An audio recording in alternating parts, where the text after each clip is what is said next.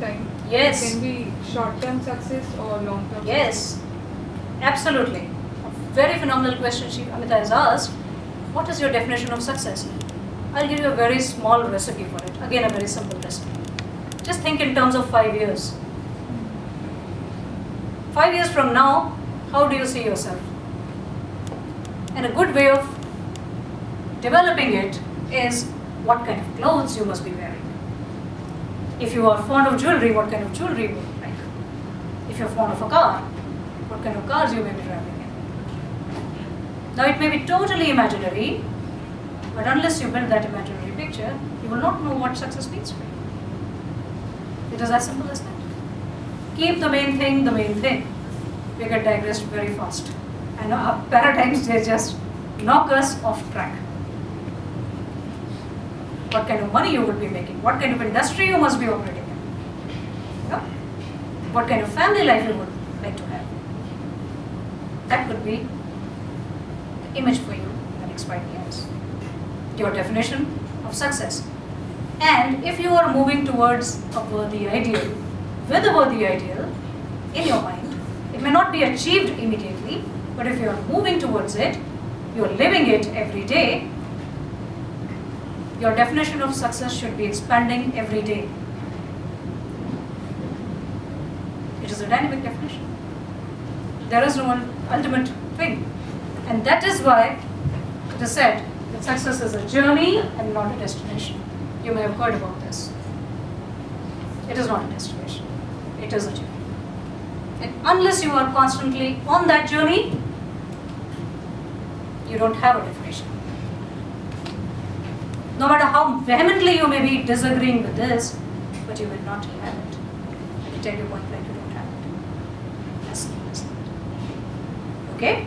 So don't go in that direction. Develop an image of what you would want your life to look like just 5 years from now. Wherever you are presently. Just look ahead 5 years. Build a picture. Use your imagination.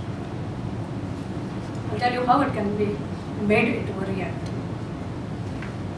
Paradigms control all our results. Now schools gave us valuable knowledge. Not this kind of school, all the other kinds of schools. They gave us valuable knowledge. I myself have acquired a lot of high degrees. And I'm very happy about it. Because what academics do is quite remarkable. They teach you how to look for information. They make your mind more creative. They help you expand and go into a search mode. And if it is not doing that, you have to question your education. You have every right to question your education because you have invested your life in it. And of course, a lot of considerable amount of money also. But let's not even go there. When you have invested your life into something, that part of your life is never going to come back to you. So if your education is not giving you the expansion and awareness that we're talking about right from the start, think about it. You have every right to question it. You don't need to move ahead on that pathway which is not creating awareness for you. Absolutely guaranteed, because it is not going to make you happy. A lot of people, when the definition of success is asked, they say, I want peace of mind. I want happiness. Well, happiness and peace of mind, tell me, is there any sane person alive who would not want these things?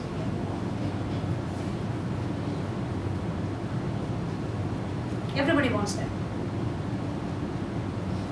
Does everybody have it? Why not? Is this not a very valid question to ponder upon? They don't have it because they're pursuing the wrong definition. Everybody wants happiness and peace of mind, but happiness and peace of mind are an outcome. They are a resultant of progressively realizing your worthy ideal. Unless you are progressively realizing your worthy ideal, one thing is totally guaranteed: you will never have happiness and peace of mind. You will be searching for it everywhere. You will be searching for it in books. You may be going through several training programs, several destinations, everywhere, but you will never receive it. So schools definitely gave us valuable education. And many other things. However, schools never taught us how to alter our paradigms. Many people study governed by the paradigm. Meaning to say that if their fathers used to get up early in the morning, they force themselves out of the bed to sit down and study. They may not be ready at that time. Their mind may not be receptive. Their mind and body may not be receptive also. But they still keep on doing it. Why? Because they've been told that at 5 o'clock in the morning what you learn stays with you for life. Well, any time of the day is good or bad. Okay? Schools never taught us how to change our paradigms. And that is why there are so many people roaming about with no clue what to do with their lives. Although they have tremendous amount of academic education. To be able to shape your future, you have to be willing and able to change your paradigm. Absolutely no questions about it. It is a guaranteed thing that when you change your paradigm, your results will change like night and day. And how do you realize your paradigm? By your habituated behavior. As simple as that. If you work in a certain manner, question it. Why? Is there a better way of finding it? Let's see how paradigms came into being. This is something that we've been discussing. Now, all these 5 senses, they bring in a lot of information. Right now also, whatever I'm saying is coming to you through these 5 senses. Okay? Suppose there is mental activity and not thinking. That is the only thing which is resulting in confusion and conflict. Because the thought power is phenomenally powerful. Now, how do you change the paradigm? Repetition is absolutely necessary when you want to change your paradigm. Just listening to a piece of information once is not going to help. Because paradigms have been there for generations. It is a strong programming in the mind. That is why transformation does not happen. Because people stay with a certain bit of information for a certain while and then they go back, where? To the habituated behaviors. People may go out to have